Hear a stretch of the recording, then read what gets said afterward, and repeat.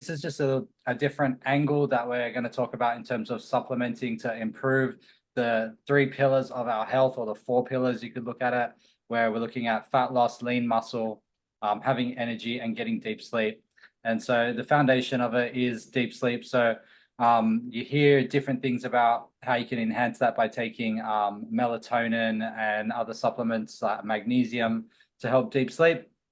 But there's actually some other stuff that we can do as well. So the main thing about deep restful sleep is to go into the delta wave, the brain wave called delta, which is the fourth wavelength, which is the slowest wavelength. So we have 4 different types of brain waves. So the first being the beta wave, which is the fast brain waves when you're awake and functioning. And then we have the alpha waves, which is similar to when we're relaxed or meditating. Then we have our theta waves, which is light sleeping or meditation, but also creativity. So maybe just getting into that headspace there where you're feeling really creative. And then we have our delta waves, which is the lowest brainwave frequency of 0.5 to 3 cycles per second. That occurs during deep sleep, which is a dreamless sleep. So there's one other type of sleep that's not mentioned here, which is the REM sleep. And with the REM, that's actually more associated to the beta waves. When you're awake, even though you're asleep, your brain has a fast cycle pace. And that's where we dream. Which then creates the dreaming. So as I was saying, we've got these different wave cycles. So when you're going into your dream state, you're actually similar to a waking state, which is a high cycle per second frequency. But the name of the game for us to get that deep sleep is getting into that delta waves. And I got this information from he's a human biologist. His name is Becker. Gary Becker? Gary Brecka. Gary Brecka. Brecka. And yeah, he's like a biologist guy and does all research on all this stuff. And it was one of his lectures where I got this from, which was really cool. So basically he's saying that there are certain ways that you can get yourself into this delta wave. And because generally what happens is you'll go through a cycle. So you'll be asleep and then you'll hit that wave for a period of time, then you'll bounce out of it and then you'll bounce back into it. So you might only get 2 or 3 periods in the whole night where you get in that delta wave. And basically he says you just add those together and that's really the important part of your sleep. So he's like, what if you could take those periods and you could bridge them together to make it one long period? And he reckons that you can improve that by having D3, vitamin D3 with K2. He says that if you are deficient in sunlight, basically, or vitamin D3, then the first thing that's impacted in your body is that you can't sleep very well. And then the second thing that's impacted is you lose all of your energy. And so another symptom is, he said, in the mornings, you wake up, all your muscles are sore, your joints are achy, and it takes a while for you to kind of get going in the morning. I think that's what they say as well. It's like first thing in the morning, ideally, is to get sunlight in your eyeballs. So if you can step outside, whether that's on a balcony, on a whatever, but without the artificial light, to go outside, and that sets our circadian rhythm. So it's like, if you want a better sleep, then go outside in the morning. So yeah, so he recommends high doses of vitamin D3. I was actually reading something else about D3 earlier in the week, and they were saying that the recommended doses could be 10x, and there'd be no negative side effects. And in fact, most people need way more than what are recommended on the supplements themselves, which is, I think, about somewhere between 2,000 and 4,000 IUD or whatever. Yeah. And then, so vitamin D3, K2. I'll talk to you about a D3, K2 supplement recommendation at the end if you want to. But then the other one was peptides. So he was saying that peptides are specific amino acids that go into your bloodstream. They temporarily bind to your pituitary gland, which allows the pituitary gland to restore and produce a youthful level of growth hormone secretion. So it basically encourages and influences secretion of growth hormone from your brain. And that is apparently the fountain of youth. And he was saying how, growth hormone basically gives us our youth, but he said not the injectable growth hormone, not the steroid hormone. He's talking about the one that comes from your actual brain. And so a really good product that you could use to get a good quality peptide is collagen peptides.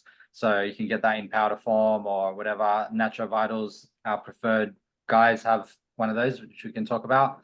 But basically, I mean, I would love for all of our guys. There's a few of our guys, you know, in our program that struggle with sleep. And I just think that this would be a really easy thing, provided that you're not like a vegan or something and you can't have collagen. I think it would be amazing to see a bit of a trial, maybe a little internal trial with these vitamins, and just to see if they make a difference to the sleep patterns. The next one is energy and fat loss. So this is coming from a unique perspective. Again, it's all about liver function. So what this biologist is saying is that it's actually your liver that activates your stored fat to use that as a fuel source. So there's certain supplements that you can take to encourage your liver to produce these enzymes that help to unlock that stored fat and then pull that in for energy. So this is like, it ticks off energy and fat loss in one hit by focusing on that liver. So he recommends a good liver detox or liver support type supplement. We know of a really good one, actually 3 really good ones in the Natural Vital range. They have a liver detox, a liver support, and another type of liver one. So I think that, you know, that's something that probably most people don't try, looking into the liver. And then there's a bunch of foods that promote just good function of the liver. And one of those things is chamomile. So this is also something, and I'll get Kate to chime in on this in a second, because part of the process that she's going through with a traditional Chinese medicine practitioner is cleaning out the liver to work on her migraines. And so some of the things that are really good to just enhance the support and functionality of your liver are chamomile tea, goji berries, collard greens, which I feel like that's like an international term for another vegetable. I mean, like it's like spinach leaves or something. And it's like the colored one, like the colored stems, and kind of spinachy type. Spinach is fine. Yeah. Lime Kale. zest. I use it as Kale, like maybe. Yeah. kale and Yeah. Something like Yeah. that. Parsley is a big one. Sprouted barley, bitter lemon, which is melon, sorry, which is a fruit, right? Yeah, it's like you put it into soups. It's like so not really, but kind of like a Artichoke. Yeah, like an ugly looking zucchini. Yeah. Oh yeah, it's like a zucchini. I'm so sorry, bitter melon. I didn't mean to tell you. Artichoke, fennel, lemon peel, and mung beans. Yeah, so this lady that I'm working with, one of the things was in TCM, which is traditional Chinese medicine, they have all these things, and so they say, like, if your migraine is in this part of your body, it, like, say your migraine is here, then it's related to your liver or gallbladder. If it's like here, it's related to something else. And so she's just gone through, so I had to do this like 95 questionnaire thing, and then I'm just dealing with her directly.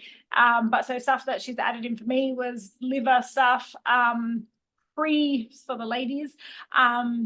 You take this stuff up until you bleed, but not when you bleed, because you don't want to then induce more bleeding, because your liver is detoxing when you are also on your period. So goji berries was one of the main ones, and it says to only have like 8 a day because they're really strong and they can tire your system.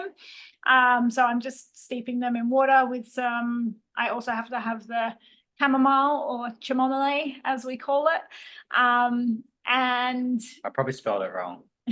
yeah, chamomile. And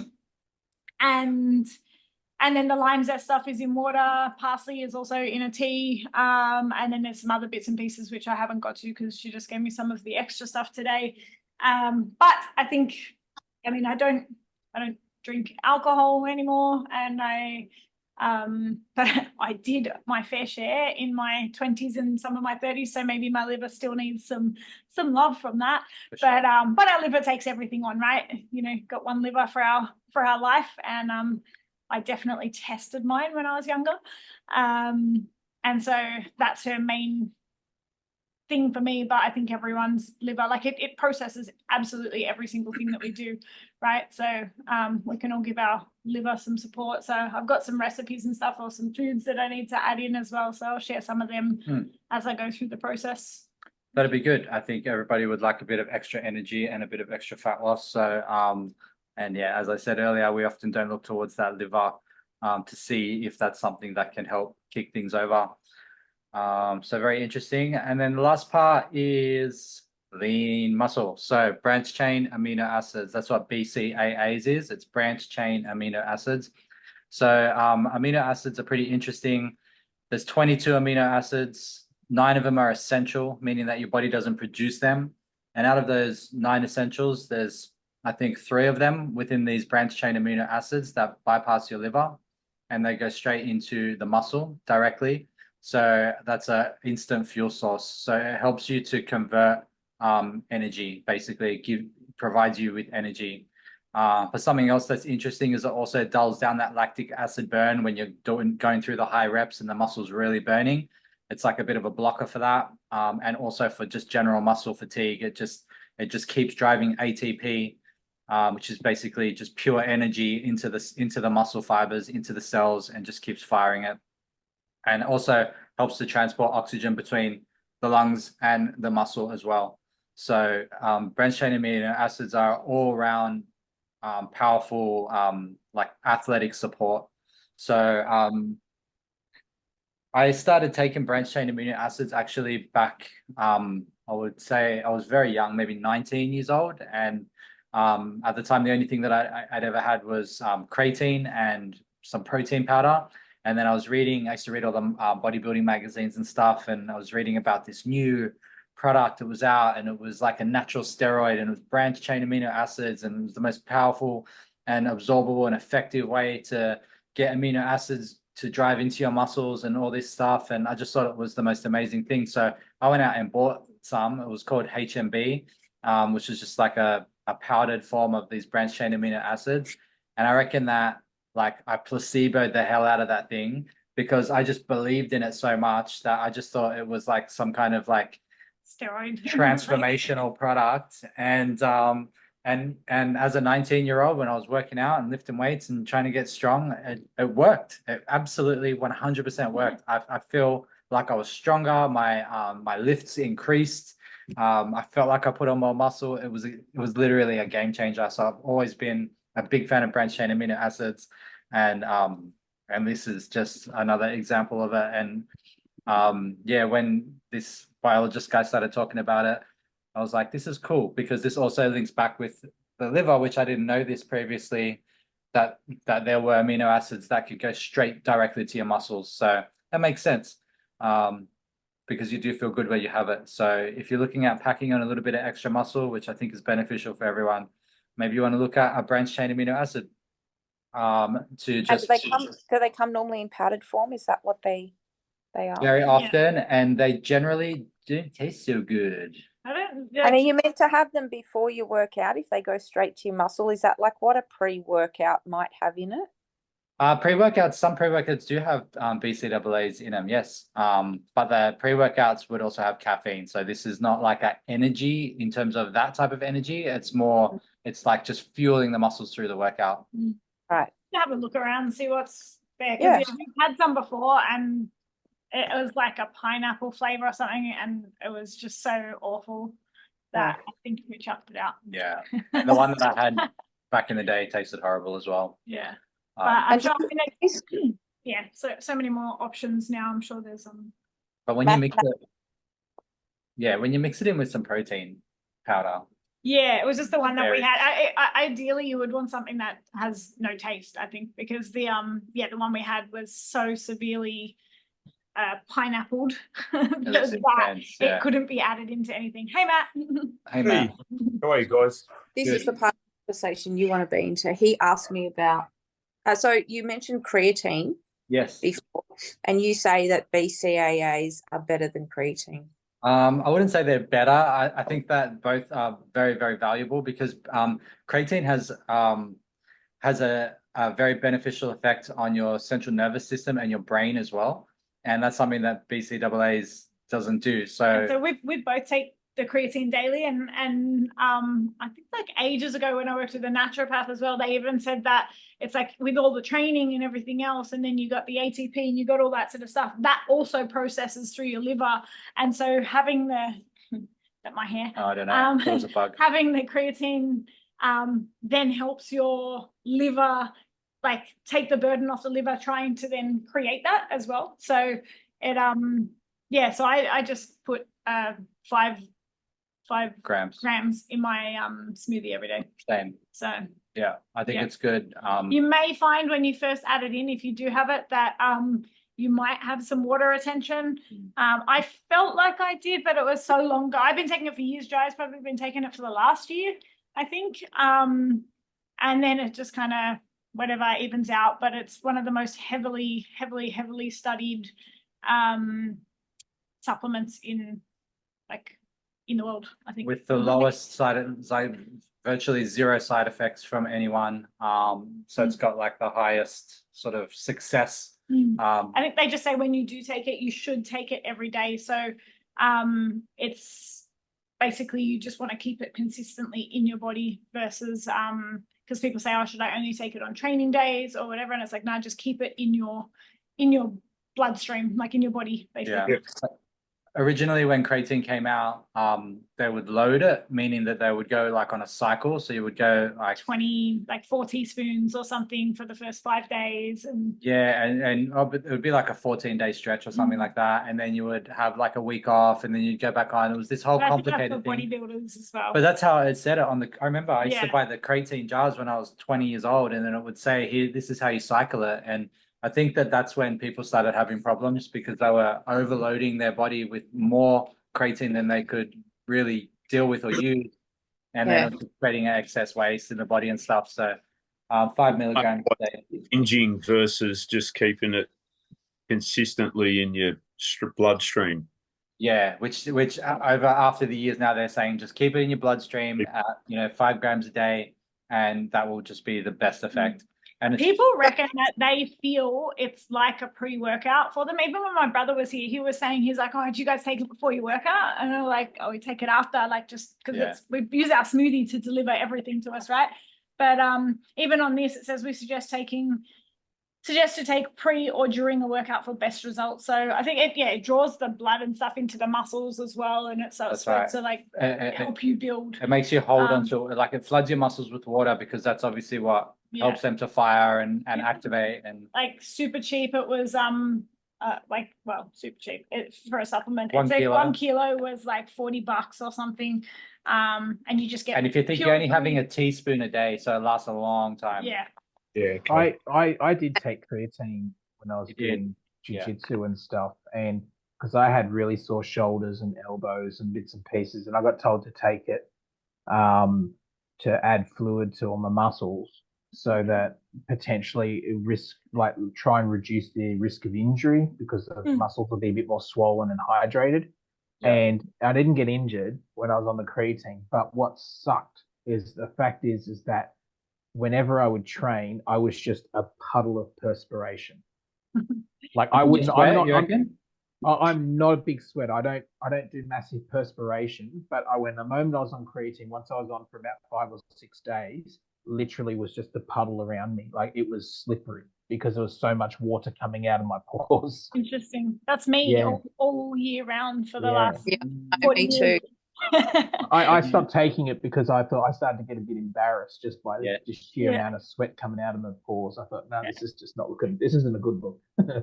There you go. That's interesting. Yeah. Mostly like that thermogenic kind of like response or something. And just more water like drawn into the cells. Yeah. I've never tried BCAAs though because I do look at because I've been caffeine free for a couple of years now, so pre-workouts are basically off the list for me. I might look into the BCAAs. Yeah. Can you take the BCAAs in conjunction with the creatine? You can. Yep. Because the BCAAs are just amino acids, which is essentially what we're getting when we eat protein. The reason why we're trying to hit our protein so high is because we want the amino acids out of them. So this is just like this is a bit of a hack. Okay. So if I don't like protein powder, but I can BCAAs, take BCAAs, 100%, 100%. Yeah, so it won't give you like if you're counting your calories, it won't give you that protein hit. I don't think like It won't satiate you. It won't make you feel full like protein does or anything like that, but it's going it's going to give to you the it's going to fuel your muscle. It's going to, Yeah.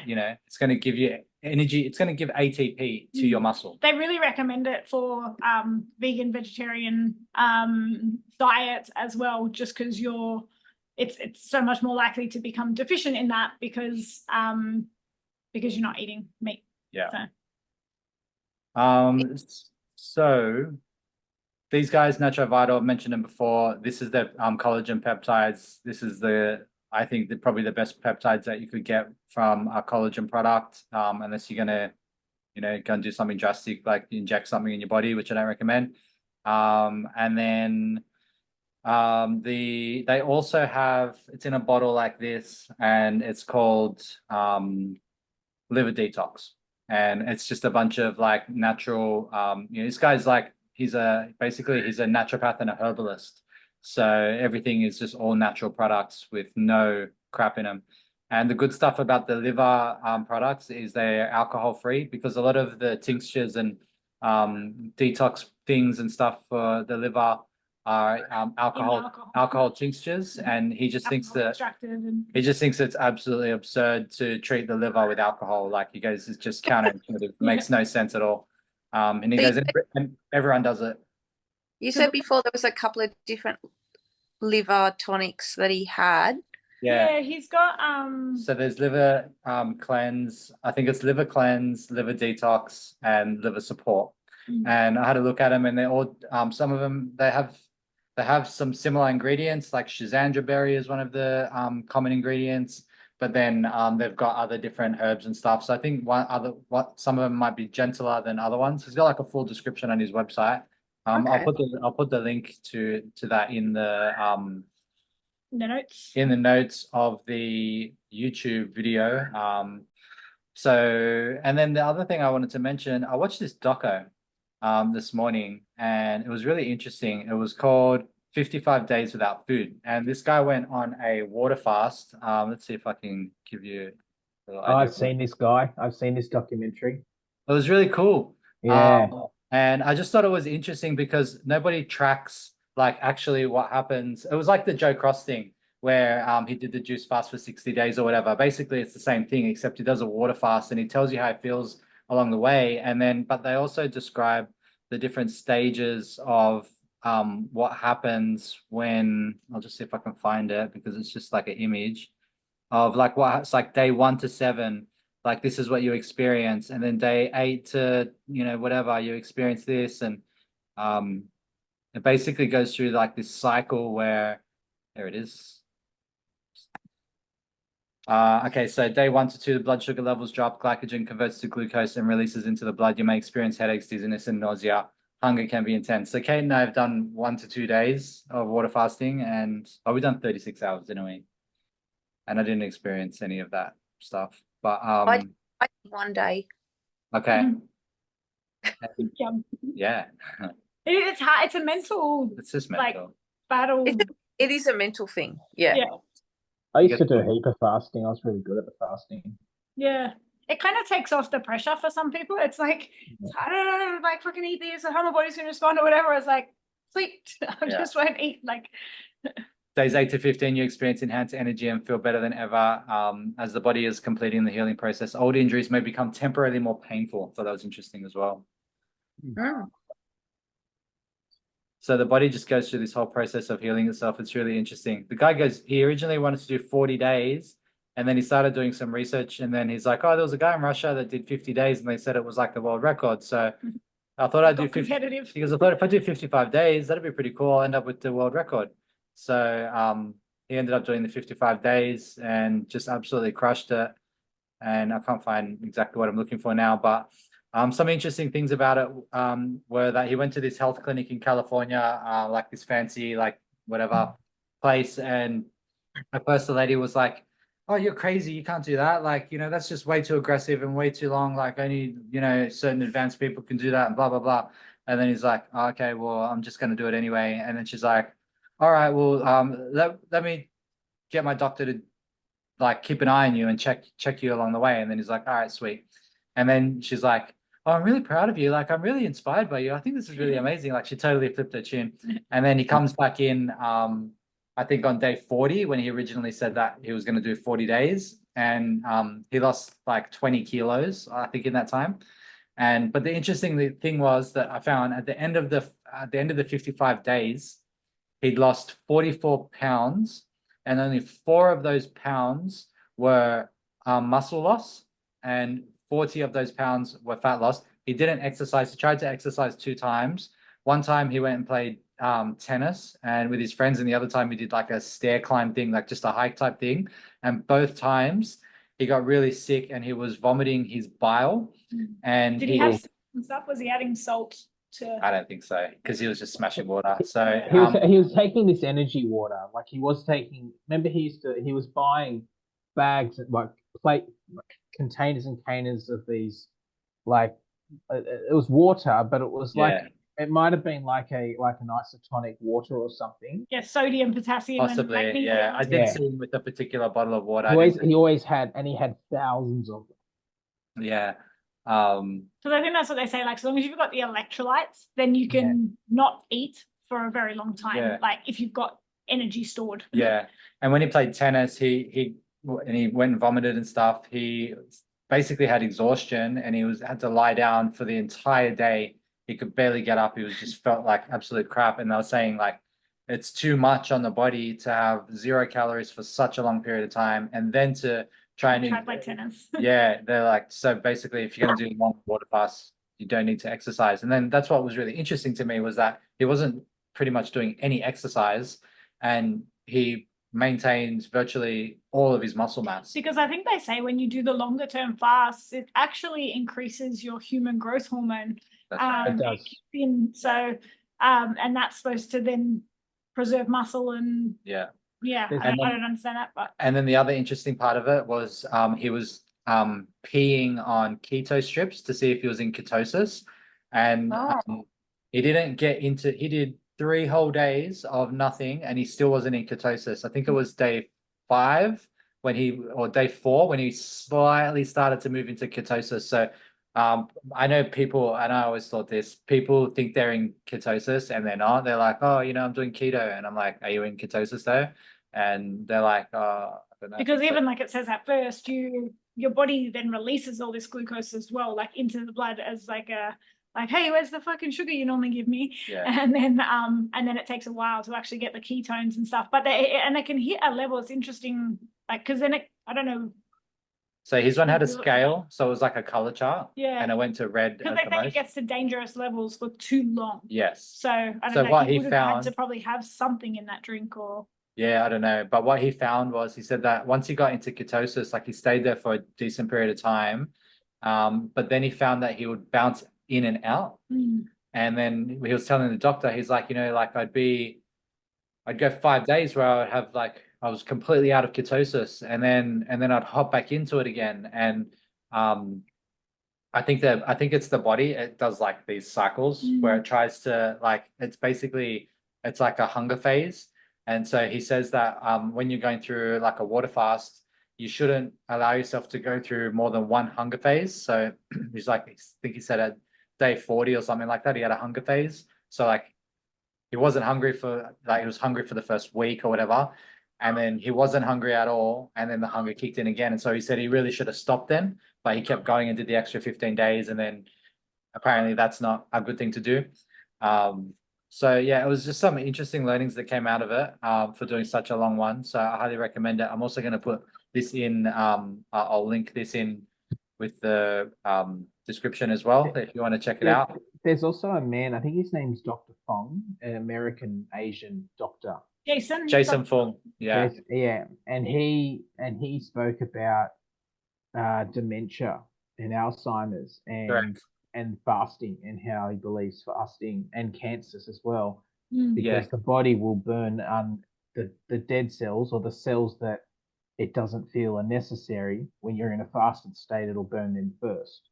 Yeah, that autophagy. Autophagy. Yeah. So like all Alzheimer's and dementia, they say is like dead cells in the brain that are blocking the neural pathways. Yes. Yeah. And doing the fast actually burns those cells, but also then does the whole let's regenerate some new cells as well. Yeah. So there's Yeah, some real. Go Sorry, go ahead. on.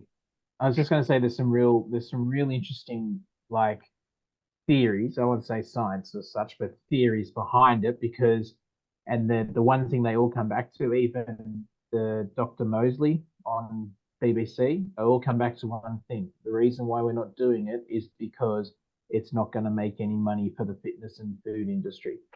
Yeah. Oh yeah, for Yeah, yeah. sure. Yeah, The Dr. whole Jason, reason. he's awesome. They basically now they're saying that Alzheimer's and dementia is type 3 diabetes because it's linked to sugar. Mm. So you look at Yeah. Google type 3 diabetes and see what comes up. And so Jason Fung, I read his book. So he was a nephrologist, which is a specialist in kidneys, and all of his patients were coming in with insulin resistance. And he's like, why is every single kidney patient got insulin resistance? And so then he switched his Approach. yeah, and what he was working on, and then he started to look into insulin, and that's why he's got his book about, I can't remember what it's called. The obesity code, I think. Is it the obesity code? I think it's something like that. No, I don't think it's that. It's something else. There is a book called the obesity code. Mm. Anyway, regardless, you might be right. But Probably. but yeah, so he actually has a really good approach as well. Because he's saying that what they is it? The obesity code by Dr. Jason. There you go. Because he's saying that they're treating type 2 diabetes wrong. They're treating it with insulin, and they need to treat it with fasting. Yeah. It's really interesting because even the whole thing that we treat it with insulin, but you're trying to like. Because it's insulin resistance, right? Yeah. So like, because your pancreas is releasing so much insulin because there's so much sugar, Yeah. the insulin needs to break down that sugar, but you keep eating sugar, so your pancreas keeps releasing And insulin. then you're no longer insulin sensitive. Because you're releasing so much insulin, your body's like, yeah, there's too much insulin now. Like, it's like having too much alcohol and then not getting drunk anymore. Yeah. And then they're like, you're resistant to insulin. Here's more insulin. And so like they just pump you with heaps more insulin to try and break down that sugar, which scientifically makes sense. More insulin, break down the sugar.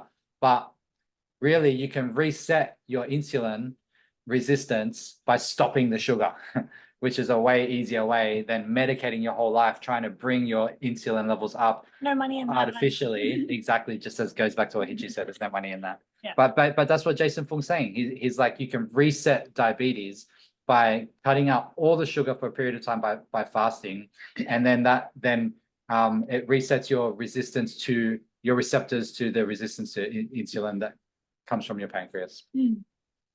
It's very interesting. And if you go for too long doing this kind of stuff where you're just constantly milking and leaching your body of insulin by having too much sugar, your pancreas will die because it's just going to get overworked. So everything is holistic. It all has a roll on effect. So that's why I think it's really good to watch docos like this, because not only are they educational, but they're motivational as well. And they kind of make it, It makes you think. it makes you want to do it too. It's like, I'm not going to go out and knock out a 55-day fast. But I've thought I'll about knock out a 2 or 3 day fast Yeah. after watching it. I've thought, should I do a total reset in terms of migraines or something like that, And then it's like, how many migraines do you get at the beginning?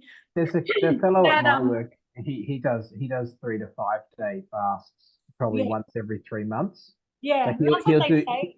he'll fast until lunch times most days, and then once every 3 months he basically does like a detox. Yeah. And he'll just do water for 3 days. Yeah, and that's what they say. It just cleans up those cells, and you do that 3-4 times a year to get rid of like the cancer. Yeah. Disease, basically. There was another documentary, I forget where it was, where they were talking. A lady went into a clinic in LA, I think it was, where she was going to be in a supervised fasting clinic. So there's clinics out there now, then they do their blood work and they check on them and all that stuff. And this documentary was talking about the pros and the cons. And the only con that came out was some woman was hallucinating, or like really just she was off with the fairies, and she decided to try and go out somewhere, and she fell down the stairs and died. And they were saying, and so they tried to link that as the why fasting is the worst thing in the world. Dangerous. Yeah. You might need to use the stairs or something. You might like die. that. But I think she was. There was obviously something going on, and the doctors weren't at that clinic. Obviously, weren't watching her or something. But Yeah. I don't think you need to do a big long fast. But I think every so often having a break from eating is probably more than enough just to get a reset, right? Yeah. Absolutely, especially if you are experiencing things like high insulin and blood pressure and anything that, you know, makes you feel unwell. Even pain. I think I said this Pain, before for as well, sure. but there's a lady I follow, she's a hormone specialist, but she did a 3-day fast, and she'd lost her smell from COVID. And she'd lost it for like a year and a half by this point, and she did a 3-day fast and her smell came back. And because she has like I think her son's 10 or something, and she was like, Geordie just farted and I can smell it. And I'm so happy. Yeah, and then she was like, oh man. And that exact same week I was in a fasting group, and somebody else said, oh my God, my smell came back. And they both done these 3-day fasts, and I thought, oh, that's really interesting. That it did, you know, they'd lost it for over a year. So they had, I think it was smell and taste, or at least definitely smell. But yeah, Wow, it's eh? fascinating. So you can smell farts again. Well, that's a reason to fast right there. Yeah. You guys all Not got Not when you live in the woods, it's not. yeah. Yeah, that's it. So yeah, guys, so that's the spiel for today.